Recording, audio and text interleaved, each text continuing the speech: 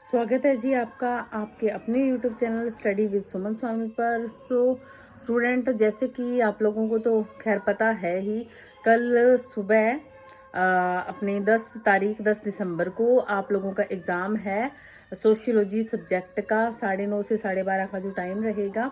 और बड़ी ही मुश्किल से मुझे जो है आसपास बड़ा ही शोर शराबा सा हो रहा है।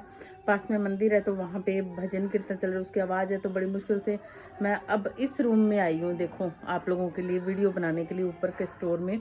स्पेशली मुझे ऐसे था कि एक बार मैं आप लोगों से मिल लूँ, आप लोगों से रूबरू हो लूँ मैं। तो कुछ चीज़ें हैं, कुछ टिप्स है जो मैंने पिछले सेमेस्टर भी बताई थी, और हर सेमेस्टर वालों के लिए ये चीज़ें मैं बताती हूँ। लेकिन अगर आपने पुराने वीडियो नहीं देखे तो मैंने कहा चलो एक लेटेस्ट जो है मैं वीडियो आप लोगों को बना देती हूँ। तो ये आपकी बुक थी जो कि मैंने पहले ही बताई है, इंट्रोडक्शन टू सोशियोलॉजी। और इसके जो इम्पोर्टेंट जितने भी क्वेश्चंस थे वो मैंने डाले हैं। प्लस इसका सिलेबस तो सेम ही है, क्योंकि न्यू एजुकेशन पॉलिसी के अकॉर्डिंग जो पुराना सिलेबस था वही जो है सिलेबस आपका है। तो आप लोगों ने करना क्या है, कल जैसे ही आपका एग्ज़ाम स्टार्ट हो जाता है, जब आप पेपर अटैम्प्ट करना शुरू करोगे तब आप एक काम करोगे। तो जी, आपने करना क्या है, हमारे पास टाइम ज़्यादा होता नहीं है और 3 घंटे होते हैं, जिसमें से 18-18 नंबर के हमारे 4 क्वेश्चंस आते हैं, प्लस हमारे 18 नंबर के 12 में से 9 क्वेश्चन हमें एक करने होते हैं। तो हमें करना क्या है, आप जैसे ब्लू पेन का यूज़ कर रहे हो, आपने एक और पेन लेके जाना है, ब्लैक पेन लेके जाना है, जिससे कि आपने फर्स्ट ऑफ ऑल आप ये काम करना, जो जो आपको क्वेश्चंस आ रहे हैं उनको आप पहले टिक कर लेना कि ये मैं कर सकता हूँ। फिर आपने सबसे पहले वही क्वेश्चन करने हैं, और उस क्वेश्चन के अंदर आप ब्लू पेन से, जैसे अर्थ है, अर्थ को आपने मीनिंग ऑफ सब्जेक्ट आप डाल के, फिर आप उसका जो है सारा अर्थ है, उसका मीनिंग है, वो आप ब्लू पेन से कर देना। उसके बाद में आपने करनी है, जैसे डेफिनेशंस है तो आपने जो मेन राइटर्स के नाम है वो ब्लैक पेन से डालने हैं। उसके बाद में जैसे कि करेक्टरिस्टिक्स है वो आपने करनी है ब्लैक पेन से। उसके पॉइंट सारे आपने जो जो पॉइंट होंगे, चाहे विशेषताएं हो चाहे प्रकार हो, आपने पहले ब्लैक पेन से मेंशन कर देना। अगर आप चाहो तो थोड़ा थोड़ा स्पेस बीच बीच में 3.5 लाइनें या 2.5 लाइनें आप छोड़ देंगे। इस तरह से आप पहला क्वेश्चन एक बार कंप्लीट कर देंगे, नेक्स्ट पे चले जाए। उसके बाद में आप इसी तरह से 4 क्वेश्चन अटेम्प्ट करेंगे, और बीच की जो डिटेल है वो आप एक क्वेश्चन 2 क्वेश्चन जैसे आपके हो जाते हैं, बीच की डिटेल फिल करने में कोई ज़्यादा टाइम नहीं लगता। पहले आप पॉइंट सारे लिख दीजिएगा क्वेश्चन के।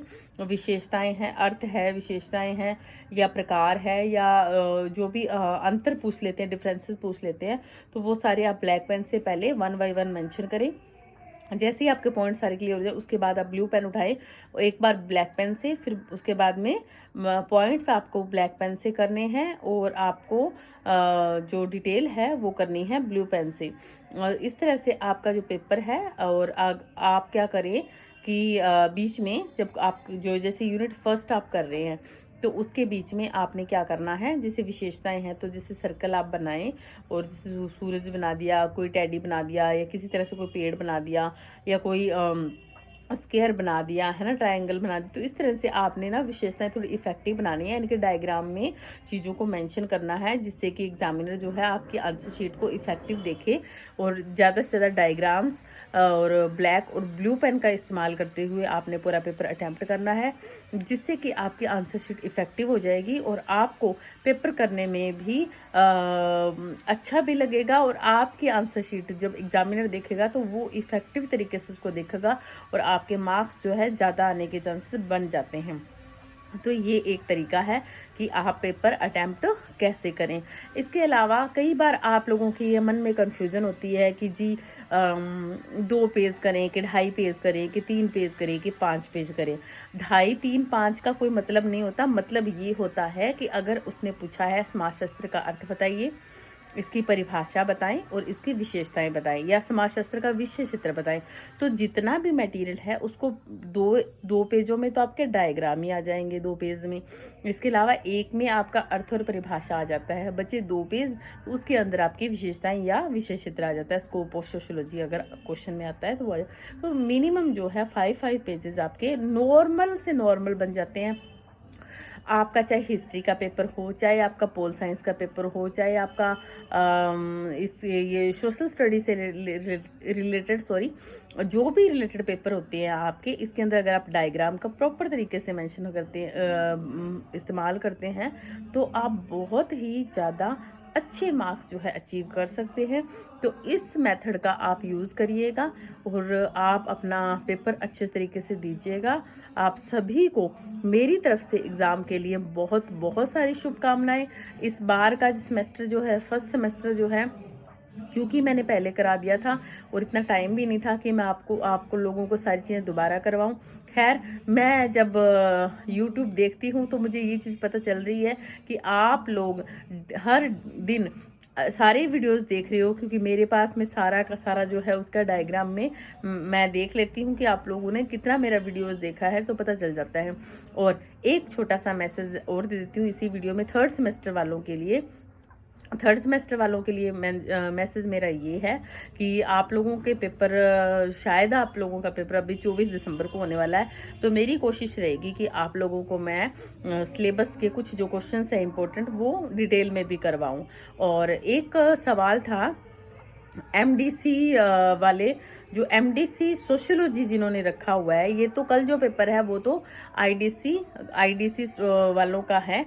आईडीसी या डीएससी इस पे लिखा होता है, एसओसी डीएससी वालों का पेपर है। तो इसमें तो ये होता है कि हमारे बुक लगती है, लेकिन एमडीसी, क्योंकि एमडीसी हो गया जैसे सैक वैक एमडीसी, इसका जो है सिलेबस नया है और इसके अंदर क्या है कि आप लोगों को प्रॉपर तरीके से बुक मार्केट में कम ही अवेलेबल है। तो मेरे कईयों ने ये पूछा था बच्चों ने कि मैडम क्या ये बुक एमडीसी की है, तो ये बुक एमडीसी की नहीं है, ये डीएससी की है। एमडीसी के मेरे पास जो है, एमडीसी के अगर आप देखेंगे मेरे वीडियोस तो आपको इस वीडियोस के अंदर पुराने वीडियोस जब आप देखते हो तो एमडीसी का मैंने फर्स्ट सेमेस्टर का सारा सिलेबस कराया हुआ है, प्लस मैंने एमडीसी में सेकंड सेमेस्टर भी करवाया हुआ है और सेकंड सेमेस्टर मैंने डीएससी का भी करवाया हुआ है। आप पुराने बस प्लेलिस्ट नहीं बनाई हुई है, तो मैं वो प्लेलिस्ट भी बहुत जल्द बना दूंगी।